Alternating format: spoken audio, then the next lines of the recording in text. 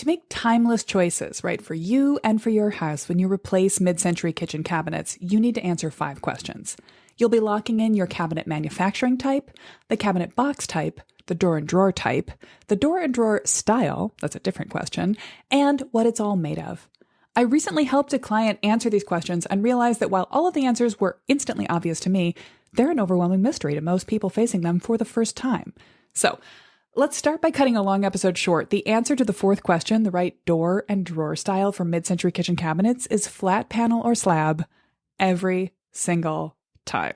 For the rest of it, though, there are pros and cons, options you'll want to consider, and we'll get into all of them today. Hey there, welcome back to Mid-Mod Remodel. This is the show about updating MCM homes, helping you match a mid-century home to your modern life. I'm your host, Della Hansman, architect and mid-century ranch enthusiast. You're listening to episode 2111.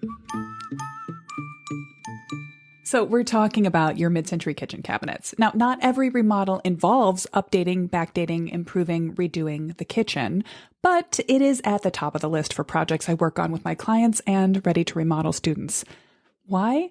Well, specifically, kitchens and mid-century houses come to the top of our to-do list for 2 reasons. For one of 2 reasons, really, but sometimes for both. The first reason is that, as I've talked about many times, mid-century houses are a pretty good match for the way we live our lives today, but the kitchen specifically embodies a lot of lifestyle choices and values that we have shifted away from. And most kitchens were originally conceived of as a place for one adult, that is mom, in a household, to create food, to take care of household tasks, to do any light household office work, to keep a light eye on kids and family activities happening around the house, and then to deliver food out of the kitchen to all the other people who will consume it, then to come back into the kitchen and wash up after herself. This system still works for some households, that one individual adult is in charge of food prep. It's not necessarily going to be mom anymore, but there are still households, clients that I've worked with many times where one person is the cook and they like to be the sole owner of their domain. They want to be left alone in there. And for people like that, a mid-century layout of a kitchen can still work just great. They also work well for single people. I like the layout of my mid-century kitchen just fine. But for households where 2 people cook collaboratively, or where people want to get their kids encouraged to be involved in cooking activities, or just where people are more regularly guests in the house and want to socialize in the kitchen, a mid-century kitchen layout is often quite constricting. The other reason that mid-century kitchen cabinets need replacing, that kitchens need remodeling, is because they were remodeled badly in the past. So we may be dealing with the original 1950s or 60s layout, and then cabinetry could be coming to the end of its useful life after 75 years, but sometimes we're dealing with an 80s kitchen, a 90s kitchen, a 2000s kitchen, or something that was just flipped before you bought the house. And in that case, if it's more than 5 or 10 years old, it may be in poor quality and already starting to fail, because a lot of replacement kitchens were built not to last, or because it doesn't match the style era of the mid-century house, and we're remodeling for aesthetic reasons. Now, I said it's one or the other of those 2 reasons, but sometimes it's both, because as I have ranted about on the podcast so many times, the worst, the deepest dramatic irony, the most unfortunate situation is that when someone pays for a remodel back in the 80s, 90s, 2000s, or 5 minutes ago, they let themselves have the worst of both worlds, and they chose to make a trendy, time-dated update to their house, which is now out of date. And they also did not take advantage of the opportunity to modernize or improve or make more specific the layout. So we might have an out-of-date layout from the original kitchen and also a dated aesthetic that doesn't match the bones of the house. Worst case scenario. We're going to spend a lot of time today talking about mid-century kitchen cabinets and what to do if you're making brand new choices for an update of your mid-century kitchen cabinets, or any other part of the house, really. This does not have to be the kitchen. This is just as true for the bathroom vanity built-ins, for built-ins in the storage, hallways, or in public spaces, in bedrooms, in basements. The same information about grain, about construction, about door type, hardware will apply. Before we get into that, let's have a tip of the week. Okay, so I'm going to pull from, again, what I teach all of my students inside of my Ready to Remodel program, which is going to be really relevant for today, which is when you're thinking about how to make simple choices, how to bring down your level of overwhelm from literally everything available in the world is somewhat accessible to you today. You can order anything from the internet. You can have any type of custom cabinet made. How on earth do you focus that down and choose just one object for each individual part of your house? Well, you can cut down on that overwhelm significantly by using the style guide system overall through your whole house. And if you're focusing on one room specifically, you can start from a single style sheet for one space. Now, this is a method that I teach to my Ready to Remodel students. I prepare style sheets for my master plan clients. And I've actually also taught this separately in a little 2-hour workshop. If you're curious about it, it is entitled More Than a Mood Board, the style guide system you need for a stress-free remodel. And I walk you through how to take yourself from everything on the internet into Pinterest, gathering ideas, how to focus that and boil it down, how to apply your personal choices and the reality of your house, and then pull together style sheets for specific rooms in your house. But the ultimate part of that is to look at one room and to think about it as its sort of definitive major materials. What is the wall finish like? What is the wood grain that's happening in the room? What are ideally just one or two metals that are happening in that room? What soft furnishings are going on in there? And how do they all neatly fit together? What's happening on the floor?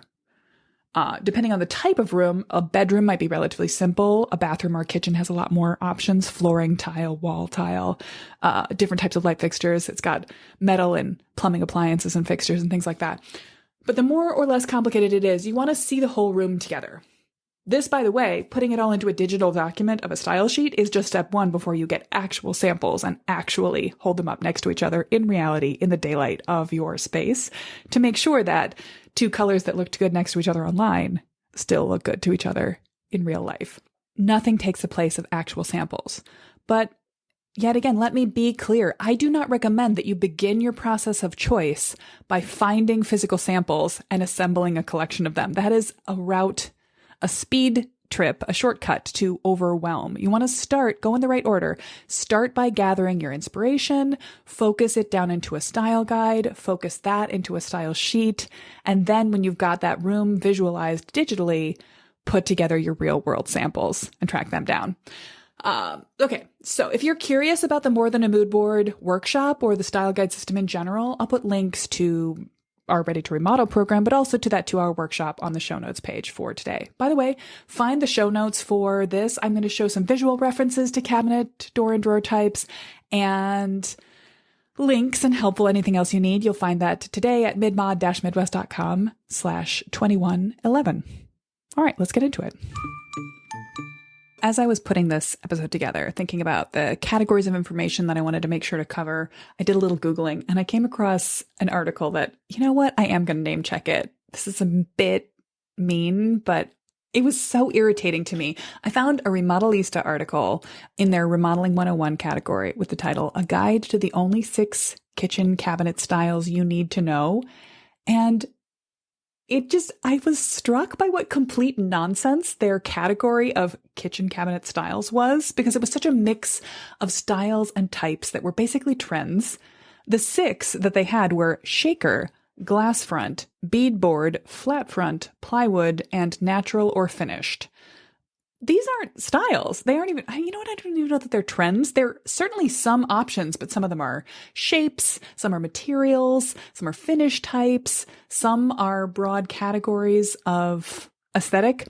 So anyway, there are certainly options you could choose, but I wouldn't recommend them. I mean, they weren't purporting to be for mid-century houses. They were just declaring generally for everyone on the internet this was the only thing you needed to consider, which also drives me up the wall, because the first thing you need to know is, what's your style? What's the house you're working on? Are you trying to make mid-century choices or cottage choices or Victorian, or are you doing something completely modern?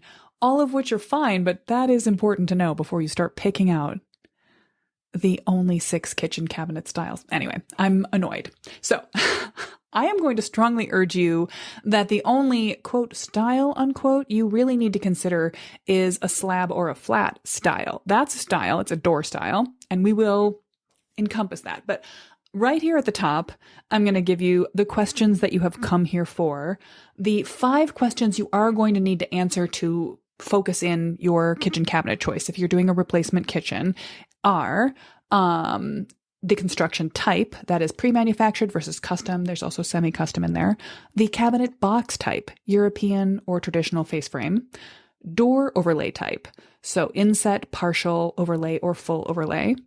The style, you have many options, but I'm telling you, you have one option for a mid-century house. It's slab style. That is our choice. That's the one. I'm not going to give you possibilities here. I'm just going to say universally, it should be slab. We'll get into this more later. And then the material, painted, solid, veneer. The subcategory of that is, if it's veneer, is it rotary, rift, or flat veneer? In any case, it had better be grain matched. There are some other factors, the hinge types, which are somewhat determined by the door type, so you can kind of chicken or egg that one. Are you looking for concealed hardware? This is also known as European or cup hinges. Do you want it to be semi-concealed, where you don't see the attachment plates, but you see the little barrel of the hinge? Or surface mounted, which happens in some vintagey mid-century kitchen types. There are more options, but those are the three big categories that you're going to see. We'll also tap what happens top or bottom, where the cabinet meets the floor or the ceiling. General rules are just say no to any kind of crown molding or ornate connection between the top of the cabinet and the ceiling, or little frilly top crowns around the top of cabinet that does not meet the ceiling, and probably say no to dropped soffits as well. We will not be getting deeply into handles and pulls. That is a whole nother episode. Likewise, functionality, doors versus drawers. But in short, I'll tell you that I always think anywhere you can put a drawer, it's a good idea to put a drawer. So all of these categories, these 5 major things we want to think about: construction type, cabinet box type, door type, that is overlay, inset, or partial. The style, it's slab. The material, painted, solid, veneer. These are going to come up for any type of built-in that you have in your house. You're going to need to make these choices. Now, other choices you make in your process may limit your options. It's not necessarily a bad thing. They may sort of direct you towards one thing or another. For example, the type of contractor you work with, whether they're sort of a one-man band handyman, that type of person is more likely to be happy to work with you on pre-manufactured or even IKEA cabinet boxes versus many larger, sometimes a one-stop shop general contractor will have their own in-house cabinet folks, and often a medium-sized general contractor will have a cabinet maker that they prefer to work with. That cabinet maker might specialize, for example, only in European style cabinets or only in traditional style cabinets. So that can limit what your possibilities are. You may, if you feel really strongly about one of these categories of decision, use that to choose who you work with on an entire project. Again, the chicken or the egg here, what feels most important to you, what decisions you lock in first, can then lead you to other decisions. And there's not a right way or a wrong way to make that decision tree, but let's talk about how these options can come up. Now that we've thought about all these categories, I'm of course going to take us on a little side quest into vintage mid-century history. So in the vintage mid-century kitchen, the earliest mid-century kitchens weren't anything we're talking about today. They were likely metal. The sort of proto-mid-century kitchen was a metal pre-manufactured set. So if you look in the ads for kitchen appliances, fixtures, and finishes in the 30s and 40s, or, for example, the Kohler catalog of sinks and plumbing appliances going right up into the 50s, you're going to see metal cabinets. And they can be absolutely fabulous. I have just recorded an interview that will be an episode in a few weeks with Susan Halla of Make It Mid-Century. And the main thing we're talking about in that conversation is that she's just moved house. She's finished a house hunt and will be moving at the time we recorded anyway. And we talk about how the sort of unicorn kitchen, the house she's moving into, is great in almost every respect, but it has a remodeled kitchen. And her goal as a mid-century purist, as a vintage lover, is to recreate an original, authentic mid-century kitchen. The gold standard for that might be to find a set of metal kitchen cabinets out there. And they are around because they're so sturdy. They're so sort of forever materials that they could be taken out of a house and sold, or they could be stored in a barn for years, for decades, and then cleaned up, repainted, or repowder coated and good to go again. I'll put a couple of images of mid-century metal cabinets into the show notes page to show how charming these can be. But for the purposes of today's episode, we're talking about what you can do now and what you're likely to choose as you move forward. We're probably talking about wood, doors, wood comb boxes. We're not talking about metal systems in this place. The other really common choice for what you'll find in an original mid-century home that has its originally installed cabinets are a set of built-in-place wooden cabinets. Now, these are going to be very solid. They were built at the same time of the house, so they're built out of the same old-growth, densely grained pine that's holding up the structure of most mid-century homes. They're dimensionally stable. They often have plywood doors that are beautiful in their grain quality, often grain matched. And the fact that they're plywood does not mean they are not worth keeping. Unfortunately, this kind of original kitchen system is very hard to salvage if you can't keep working with it because they were built into the house. Unlike modern kitchens, they weren't manufactured in a factory as individual boxes delivered to site and installed. They were constructed inside the house by the original builders. So if you're in the position of having this type of kitchen, you don't necessarily need to get rid of it. You may need to replace it, and if you do, you can't really take it away and give it to someone else. All that can be salvaged from an original kitchen like this would be the doors, the drawers, the hardware. So I do want to begin with an appeal to keep what you have in your mid-century kitchen if it's working at all.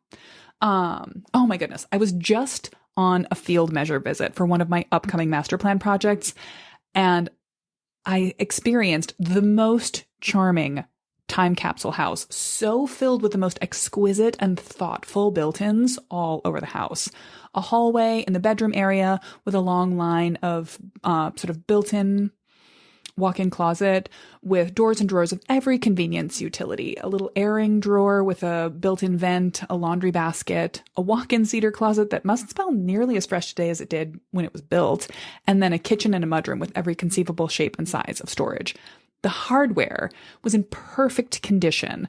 All the little spring-loaded roller catches that grab and snug the doors closed, perfectly released them. And then just a pull-out cutting board in multiple locations and the most smoothly opening, well-balanced Lazy Susan corner, very fully loaded with stuff. What else? Oh my gosh. It had this great working peninsula dividing the kitchen from the dinette. And under it, in the kick plate, there was a little device with a foot kick vacuum switch. So you could sweep the kitchen and take all the detritus over to this little opening and then activate the switch with your toe and it would lightly vacuum and suck in all of your dust and crumbs and things down into a crawl space under the house, actually. I don't know. I couldn't see that there was a container for it. I think they just went into the dirt of the crawl space. But bottom line, as I was going around this house photographing, measuring, documenting it, preparing for a master plan, I was falling in love. And fortunately, it's quite possible that for this house, for this kitchen, we will keep a lot of it exactly as is, intact. This house doesn't need a major kitchen change. In other kitchens, in other cases, if the cabinets are not in such great shape, the kitchen might not be as spacious or as well laid out as this one. But sometimes for a family that appreciates vintage charm and doesn't want to spend their entire budget on new kitchen cabinets, it can still be worth working with what you have. You might keep some of your kitchen cabinets and augment them with a few new ones that coordinate or contrast with them in an interesting way. You might take out a peninsula and replace it with an island, but keep the main L of built-ins, or mix and match between some existing storage and some new. I have another master plan project on the boards right now, which is going to be making a choice like that. It's a snug mid-century Cape Cod style cottage with its original kitchen in pretty good shape. And we are going to think about finding the original door and drawer hardware to put back, maybe refinishing the cabinet doors and certainly adding storage, but we don't need to tear out and replace that kitchen. This is going to have two advantages for them. One, it'll give them a brushed up time capsule aesthetic, which suits their family style. And two, it will massively save their remodeling dollars to spend in other places around the house.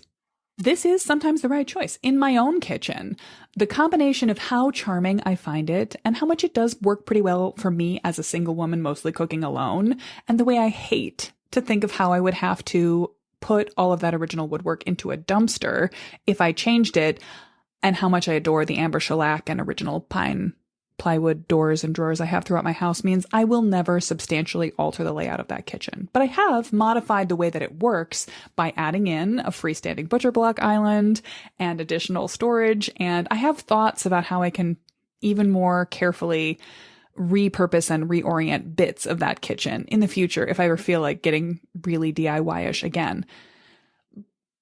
The thing I want us to just appreciate is that not every kitchen in every mid-century house needs to be picked up and tossed into a landfill. However, the purpose of this episode today, if you're Googling to find this, if you're tuning in specifically because you want to know the right answers to the mid-century kitchen cabinet questions, it's probably because you are in the position of replacing a kitchen. Either because you don't have your original mid-century kitchen due to a previous remodel, or because maintenance failures of the past or major layout changes just mean you need to start from scratch. Now, there are a lot of silver linings to a start from scratch kitchen remodel. If you are removing all of the original kitchen cabinets and replacement cabinets, you're getting down to the walls, which means you can open them up. And you can update, as you may be required to do, your electricity system. You can get outlets spaced at 4 feet per code. You can update circuitry so you've got less of a load on what happens when you run the microwave and some other appliance at the same time, is it can be a problem in a totally time capsule kitchen. You can add insulation to exterior walls. You can create more sound privacy within the space. And you can update the layout to be more effective for your chosen kitchen, lifestyle, and modern life in general. You also get the benefit and the challenge of answering those mid-century kitchen cabinet questions. And getting the mid-century replacement kitchen cabinet right or wrong can make a big difference. So let's get into the substance of this episode. What I want to talk to you about is how to answer the mid-century kitchen cabinet questions that you will get as you talk to either a general contractor or the person who runs a shop at a cabinet building establishment. Now, you have a lot of options in terms of pricing, in terms of how much or little your cabinets are pre-manufactured or custom made, what their structure might be. There are a lot of ways to be right, but one choice is pretty fundamentally preset for a mid-century house. And that is that you are going to want to choose slab cabinet doors. This is effectively the only correct choice. I've thought about this. Am I being too persnickety? Are there other options? I mean, sure, there are always exceptions to the rule, but if you want to create a timeless choice for your mid-century kitchen cabinets, if you want to ensure that you're not leaning into a trend, that you're not putting a timestamp on your kitchen, the only correct answer to the mid-century kitchen cabinet question about door types, styles, is slab.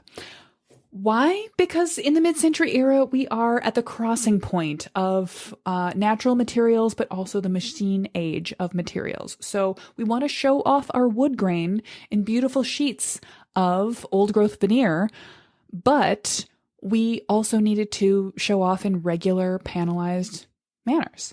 And it's just the leaning into the power of technology, of what was available in the time of the mid-century era. They did not need to use the construction techniques which had been necessary in the past to stabilize a door against the swell and shrinkage of humidity and seasonal structure temperatures. Now that we're living in an age of plywood, we just don't need to do that anymore. So I want to make a slight diversion into shaker cabinet doors because I spend a lot of time telling people on the internet not to put shaker cabinets into mid-century houses.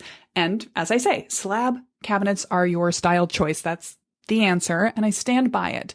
But there's nothing actually wrong about a shaker style cabinet door in general. The history of shaker crafted furniture and architecture, design in general, is fascinating and not dissimilar in ethos from the core of the mid-century era from a certain point of view. They're both interested in beautiful materials. They're both interested in functionality and livability rather than ornateness. But the shaker era, the shaker religion, to be clear, was founded on an ethos of perfectionism to bring you closer to God. Minimalism, simplicity, and function. It's beautiful. It's careful. They had this whole wonderful thing about each piece of furniture or woodworking that was created in the shaker tradition was basically a work of art, but would never be signed because it would be sort of getting away from the simplest, "'tis a gift to be simple, the simple origins, the humbleness of life, to put your name on something." Now,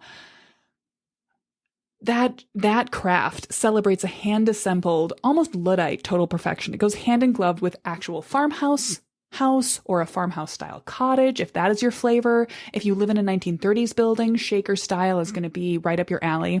But a mid-century ranch or a mid-century modern house asks for something different. Again, we're returning to the machine age, or we're entering it. This is about veneer, it's about plywood, it's about standardized materials, and that is how we are celebrating the organic natural material, wood grain. It's happening in the context of plywood and of veneer. Now, do not be afraid of veneer for your mid-century kitchen cabinet choices.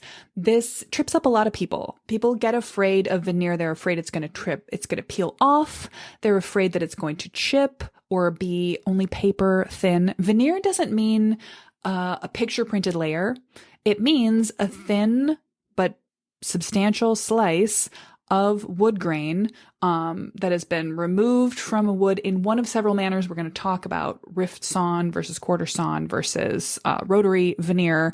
But however that veneer is harvested, it's making an efficient use of a good quality wood and applying it over something that is going to add stability and strength. So I highly recommend veneer cabinet doors to my clients. In fact, it is the only way you're going to get the beautiful grain continuity that is a hallmark of a good mid-century cabinet wall of built-ins. And so if it worries you, I want to point you back to the episode where I did a little pep talk, combating misapprehensions about veneer just earlier this year in episode 2012, I believe, on mid-century furniture that you can aspire to. You'll want to go check that out, and I'll talk to you a little bit more about how great veneer is and how it is the hallmark of mid-century choices. So as we get into these mid-century kitchen cabinet questions, you are going to have to answer the specific questions you'll get when you nail down your cabinet choices. Now, this is not what you start with. In a master plan process, we don't begin from the kitchen cabinets. We begin from space planning. We begin from the lifestyle you want to live in your house. We begin from the house that you have. We begin from your style guide choices, and we begin from the options that you start to weigh of how much or how little you're going to change about the house in any specific area. This might come down to pros and cons of preserving original built-ins that you have and working around them, or needing to replace them because you're making major dramatic changes to your layout. Once you get to the place of answering the mid-century kitchen cabinet questions, you're going to need to nail some things down. So let's talk about that place. Before you even get to have a conversation with a cabinet builder, you will be making a decision probably about whether you're choosing custom cabinets or pre-manufactured cabinets.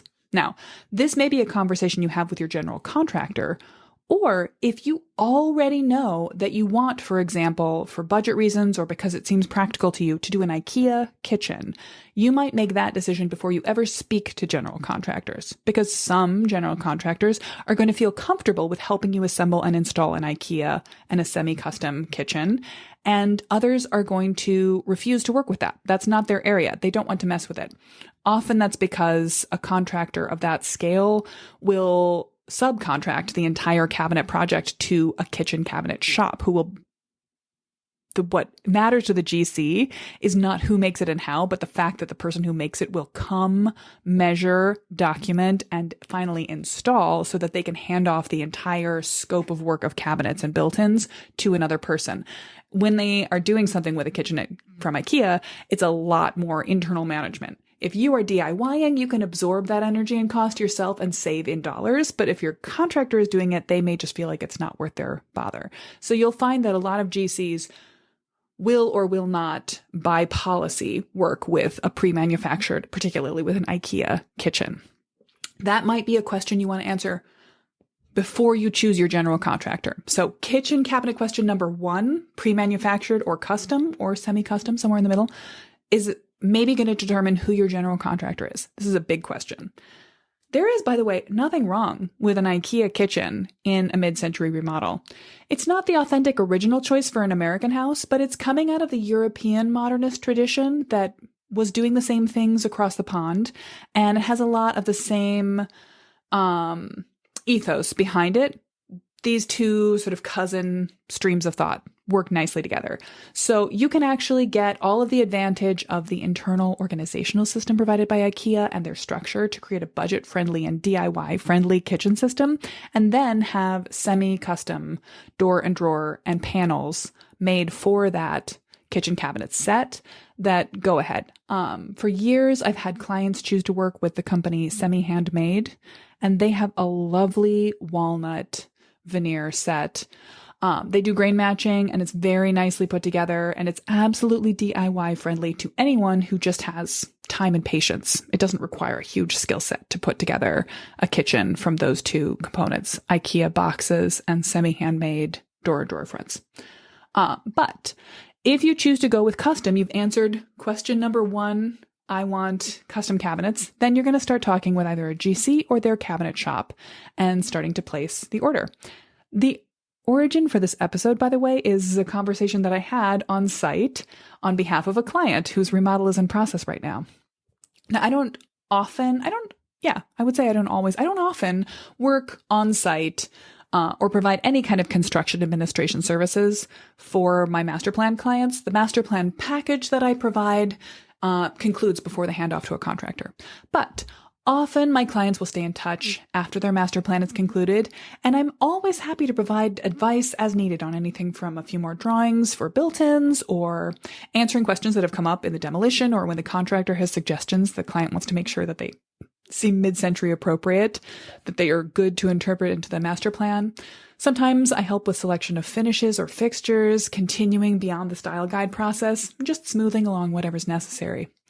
If you're curious about this, I have talked at length about that process in episode from 1207 from a couple years ago, and that'll walk you through some of the ways that beyond a master plan, Mid-Mod Midwest could help you continue to make thorough decisions for your project. In this particular project, I've been much more hands-on at the request of the client because they started construction managing off-site in a big transition from another state, and their process is very fast-tracked. So I've been with them often, and I was there with them on site on the day when we met with the cabinet provider. We looked at the sketches that had been included in their master plan package, walked through the space, and addressed everywhere in the house that would need some built-ins, quite a few places, and then banged through this list of questions. So some of these were pre-established based on who we were talking to at the time. We were already talking to a custom cabinet provider, so we've already decided between pre-manufactured and custom cabinets. And in fact, this is the preferred cabinet maker of the GC, who specializes only in European-style cabinets. So that gets us into our second question of, what is the style of the boxes, the containers of the cabinets? The two major questions you're going to face here in terms of what is the cabinet construction type will be a European style or a face frame or traditional style. European style is just a box minus a front. It has two sides, a top and a bottom, and the little flat edges at the front are just the thickness of the walls themselves. A face frame cabinet has an extra piece mounted to the front that sort of sits on and stabilizes the whole thing, and it might be nicely finished. Those backing pieces would be maybe plywood or particle board in a lower quality unit, and the front would be a hardwood or wrapped in a veneer or a melamine finish. There is also one further variation of cabinet box style, and that is a kerf style, where you expose the edge of the European box. A European style cabinet fully covers those edges, but one company in particular, Kerf, K-E-R-F, is maybe the byword for this. There's also Plykea. There are a bunch of plywood-based cabinet companies, and they actually not only reveal when the cabinet is open the interior edges of the cabinet frame, but they show you when the cabinet doors are closed the pretty plywood line work of the veneers all pressed together. If you're curious about Kerf cabinet kitchens, I have had a ready-to-remodel student go ahead and order and have one of those installed. It is absolutely chef's kiss gorgeous. They are also not inexpensive. So Go and drool over the Kerf website and imagine what you'd like, but this is not something you're going to get a local custom cabinet maker to manufacture for you. It is a highly skilled endeavor that requires kind of a specialist organization that does just that all day, every day, like Kerf does. So you're probably going to be choosing between a European cabinet box and an American or traditional face frame cabinet. By the way, IKEA cabinets are all a European cabinet box type. So we've got our first two questions. How is it manufactured? And what is the cabinet box type? And we have talked a little bit about door styles. This might actually be the place where let's run some scenarios.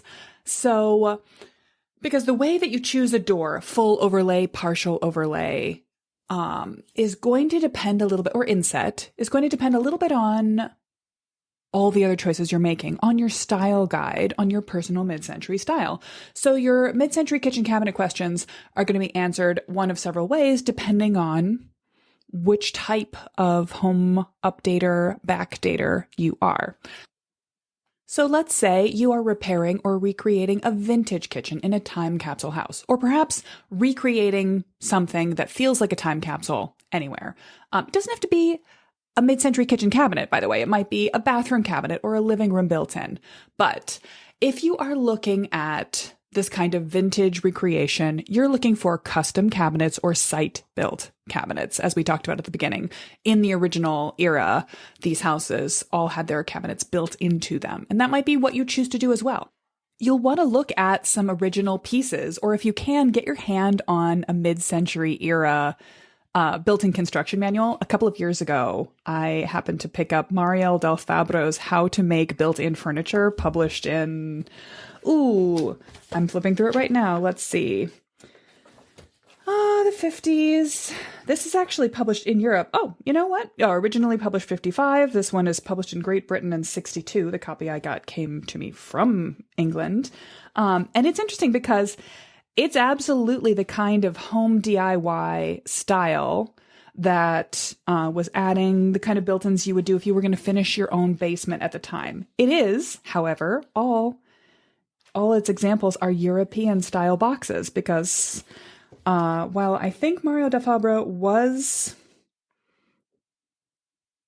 working in America, that was my understanding, but maybe I'm incorrect. But, he was born in Italy and he's thinking about a European style as simpler and more correct. But you'll look at how things are done in the house. If any existing pieces of furniture, you want to copy them. You might visit a neighbor's house who has more original stuff. So let's answer our 5 questions. So number 1 is, this is absolutely custom or built on site. So our cabinet box type in this case would be probably a traditional or a face frame cabinet box type. Although, like it said, it might be constructed out of a guide like Mario Del Fabro's. The door type will be, if it is a face frame cabinet, partial overlay. If you look at a traditional mid-century kitchen, you can see the sort of often white painted frame around the doors and then the doors themselves. You decide how much, but some amount of the frame of the cabinets would be visible. This door style question is easy. The answer is slab. It is always a slab. But to put a little more detail on that, in a mid-century traditional, a vintage, a time capsule house, it's going to be plywood. It's going to be a nice warm color finish. Probably back in the day, it would have been pine. These days, you'd look for a maple plywood, possibly a birch, and you'd put a warm urethane stain on it, probably rather than amber shellac. You would also, though, to hit that vintage style, rather than a straight square cut edge on the plywood, you would be routing the edges. So there's a slightly curving profile, which actually exposes a few of the ply elements of the plywood. It's more gentle on the fingers. And you'd be looking for probably a partially exposed hinge, depending on how you're making this work. And you'd be looking for vintage or vintage reproduction hardware to go along with that. Then the last question is, what is the finish? This is going to be exposed plywood. That's our slab and that's our finish. But going beyond that, remember, we're looking for the sort of mid-century wood grain. It's going to be a warm stain, warm rather than cool in every case. What it's made of, it could be walnut if you want, but it's probably going to be a lighter colored wood. And when you're thinking of what specific species, there is not one right answer for the species. And there's certainly, as many people have asked me for, unfortunately, there is not one product and stain number type exact specification for the appropriate finish of mid-century wood. But for mid-century wood, we're looking for something with not too much contrast between the lightest part of the grain and the darkest part of the grain. And we're looking for a warm overall tone. Now, if you are working with an existing time capsule house, you're trying to match a mid-century kitchen cabinet detail that's in your house or recreate one, you're going to want to pull from the language of those existing choices. However, now let's run a different scenario. Now you're talking about a mid-mod fusion update on your home. Perhaps you're replacing a horrible 80s or 90s kitchen. So you're starting from scratch and you're a DIYer or you want to self-manage the process. So you want a pretty easy to work with system. In this case, I would recommend that for your construction type, you choose pre-manufactured, choose IKEA. So that pre-manufactured choice directs us right to we already have our cabinet box type. It is European style boxes or type boxes, which again, creates a cascade of choices that comes from that. That means you're going to choose full overlaid doors because that's the type of doors that go with a European system. It means you're going to go with the IKEA hinge system, which is a cup hinge. If you want to keep your life simple, you are not going to try to custom manufacture doors and drawers if you want to keep your house mid-century, but you're probably not going to go with the IKEA provided options of doors and drawers. In a pinch, you could. If you needed to go with IKEA for speed of construction or maximum simplicity, I would say go with a white rather than any of the IKEA faux finish wood or veneer finish wood. It's not quite going to hit the mid-century vibe. So you'd go with white. And I would recommend that their mid-range white finished door, I believe it's the Vediga line, is perfectly acceptable, as well as long as you can get in a bunch of other mid-century toned wood somewhere else in the house, a panel wall, butcher block element somewhere else. To make the best of an IKEA cabinet system in a mid-century fusion update, I would recommend for your mid-century kitchen cabinet choice, you cover the boxes from IKEA in a semi-custom wood door, drawer, and panel finish. I've had several customers and clients and students over the years go with the semi-handmade product line, but there are also some others that now exist on the market. It's not just one option anymore, but what you would choose, of course, is a matched wood grain. Semi-handmade has a lovely walnut line that gives you grain match across the panels in a beautiful way. This is going to be perfectly acceptable. It's not going to look like it was original to the house, but it's going to feel very in line with the house. And when you make the other choices appropriately, you choose the right kind of tile, flooring, hardware, handles, light fixtures, you're going to get an overall aesthetic that works very well in your mid-century house. So you've got a great line of choices for your mid-century kitchen cabinets. Let's run these 5 questions for one more scenario. Now we're in a situation where you're doing a full update with custom cabinets because that's what's being provided or recommended to you by the general contractor you've already chosen to work with. And also because you wanted to go custom, you want to have a little more control over exactly how everything's going to go. This is a great idea. It's going to allow you to do some more open shelving if you'd like, fit in a custom-made built-in bench. It's got a lot of pros. So our 5 questions: construction type. This is going to be custom. It is predetermined by your general contractor choice. Your cabinet box type. Now, this one is maybe a choice you won't make yourself. It's going to depend on what is the default or the best talented option available from that cabinet providing company. Likely, it's going to be face frame, but it might be that this cabinet company specializes in European cabinets, and if so, that's fine. Roll with it.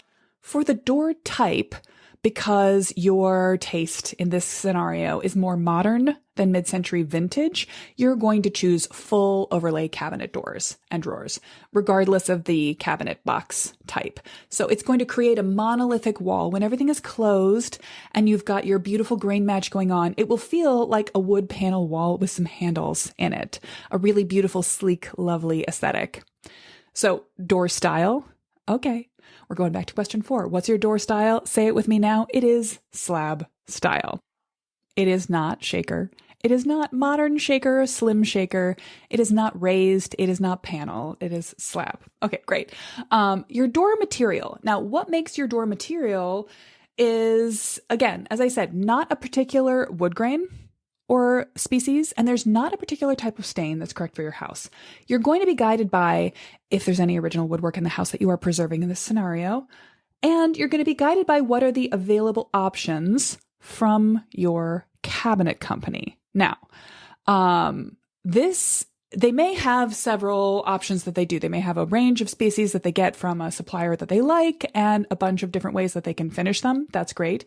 They may, in my opinion, somewhat unhelpfully tell you, oh, we do anything. What do you want? So in that case, you do want to see visual examples.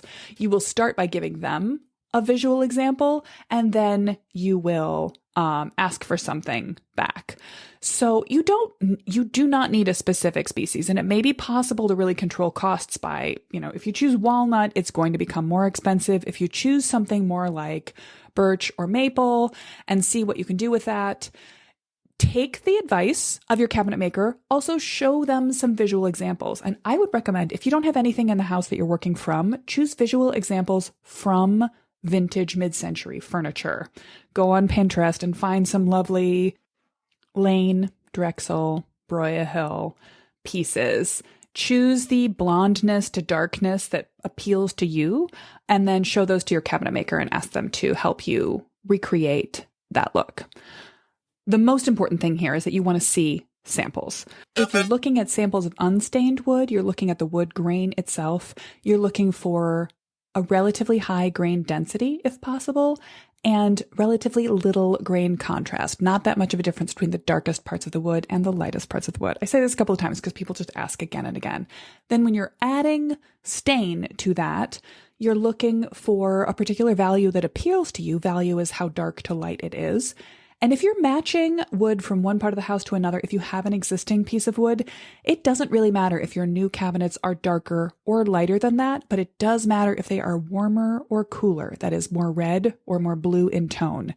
You do not want a mismatch of tone in your woodwork, and it's just absolutely fine to have more of a contrast between value, darker floors, lighter cabinets, lighter floors, darker cabinets. That's all fine as long as one of them isn't cooler or warmer than the other, because whichever one is, it's possible for a cool wood to make a warm wood look orangey and cheap, but it's much more likely that the warmer element is going to look better in your mid-century house, and it's going to make the cool one feel a little modern, a little harsh, a little sort of mid-century flipper gray. That's not what we're going for here. If you are working with a custom cabinet builder in this kind of highly customizable environment, you're going to be asked, are you looking for solid or veneered doors and drawers? Do not hesitate to go for veneer. In fact, because you're going to need so much more wood to get a solid door or drawer front, you will almost inevitably end up choosing a lower quality wood. You can do a much better job, a much more beautiful, effective finish with veneers. And as I've said many times before on the podcast, specifically earlier in this year when I was talking about mid-century finish and furniture, the way that the mid-century wood grain look is achieved is with a veneer. You can't find it by cross-cutting wood. And as we talked about in that episode, it does not necessarily mean poor or in quality. Veneer is not paper thin. It has a thickness to it. So it can take a ding, it can take a chip, and a well-constructed cabinet door ends up being finished with a final surface that should be durable enough to be very protective of its sort of inner layers. You don't need to worry about this kind of thing peeling like a poor quality veneered 80s cabinet. This is an entirely different kettle of fish here. But if you choose veneer, then you're going to have a follow-up question. Or if you are not asked a follow-up question, you go ask the follow-up question. You're looking for samples, remember, and you are going to need to choose what is the type of veneer that's being applied. There's a couple of different ways that veneers can be created. And remember, a veneer is a very thin layer of wood that is then applied in stripped layers to plywood in plies. And how it is taken off of the original tree really matters. So there is rotary cut veneer where they basically put the wood on pins and rotate it around and slice off a very thin layer in the circumference going around in a spiral in and in and in of the tree. Or there are veneers where they are slicing through, just straight through, like you'd chop a carrot horizontally long ways and then maybe slice it into little strips. Fundamentally, we're looking at rotary or sliced veneer options. There's two different ways they can slice it. If they're slicing perpendicular, or how to demonstrate this verbally.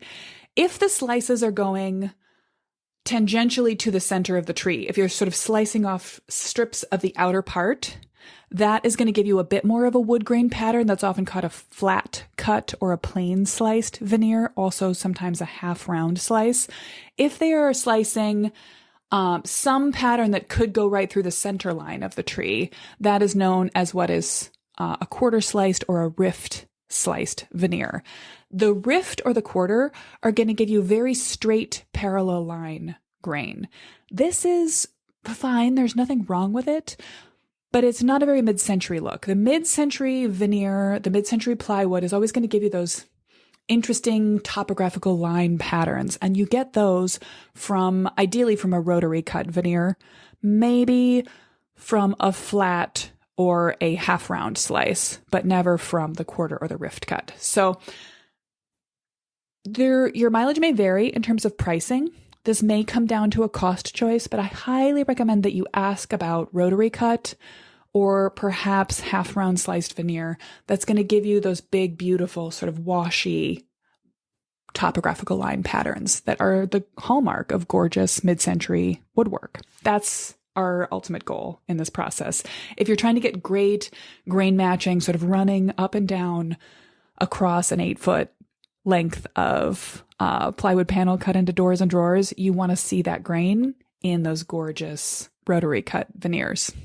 So you'll have a lot more questions to answer than just the cabinet specific questions when you're planning a mid-century kitchen cabinet update. You'll need to talk about crown molding, just say no, any kind of molding detail, whether you're going to have drop soffits or not, your kick plates, perhaps.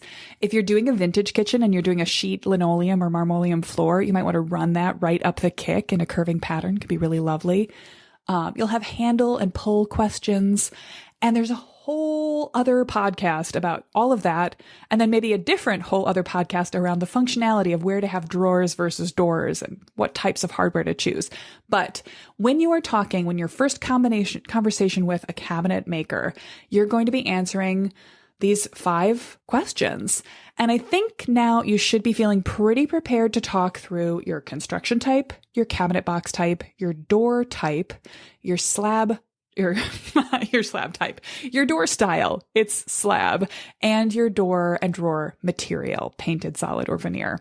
If you have more questions after the end of this episode, let me know what they are in detail, please, and we'll do a whole nother episode on this, because this is absolutely fundamental to feeling like you got a good remodel. The aesthetic of it is making the right choices for your updated mid-century kitchen cabinets. Answering these questions correctly means a timeless, a hopefully forever remodel. Answering any one of them incorrectly can be subtly off-putting and lead to all of that time, that effort, that money being spent on something that doesn't feel quite right in the house and doesn't quite satisfy you. So, I am happy to spend any amount of time digging in on this and making sure that we get these mid-century kitchen cabinet questions correctly answered. But hopefully this is making you feel a little optimistic. There's also, by the way, there are a lot of options for compromise. And I would recommend that rather than sort of choosing a mid-range pricing model all the way through your house, you could think about where can you save and where can you splurge. Perhaps you do, for example, a kitchen that has a great deal, several areas of simple white IKEA boxes, and then you make sure you've got one wall that is full panel grain matched in walnut, and then tie it in rather than just making it feel like it was dropped in from space. Tie it in with something else somewhere in the house. Replace 1 or 2 of the key drawers in the main white unit. Playing with color can also be a thing. This is at a hair risk of being trendy. I think if you love a color, I would never tell you not to lean into that color for your life, for your choice, particularly if you're the kind of person who's loved one color your whole life.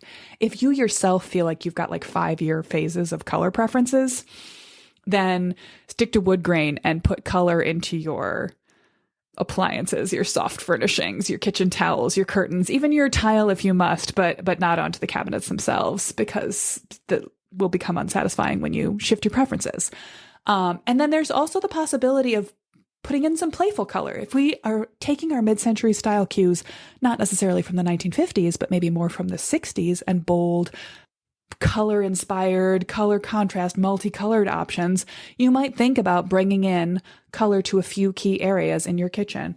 I've had a couple of clients recently choose to specifically color 1 or 2 key cabinets or drawers in their kitchen for themselves and also for guest use too. Someone comes over and says, "Where are the forks?" They're in the blue drawer. Grab from there. So think about how you want to be playful with these elements, how you want to look for examples. Pinterest is going to be your friend here. Check out vintage examples. Check out what other people are doing. But ultimately, you're always going to be listening to the house as you answer these 5 and more mid-century kitchen cabinet questions for your update.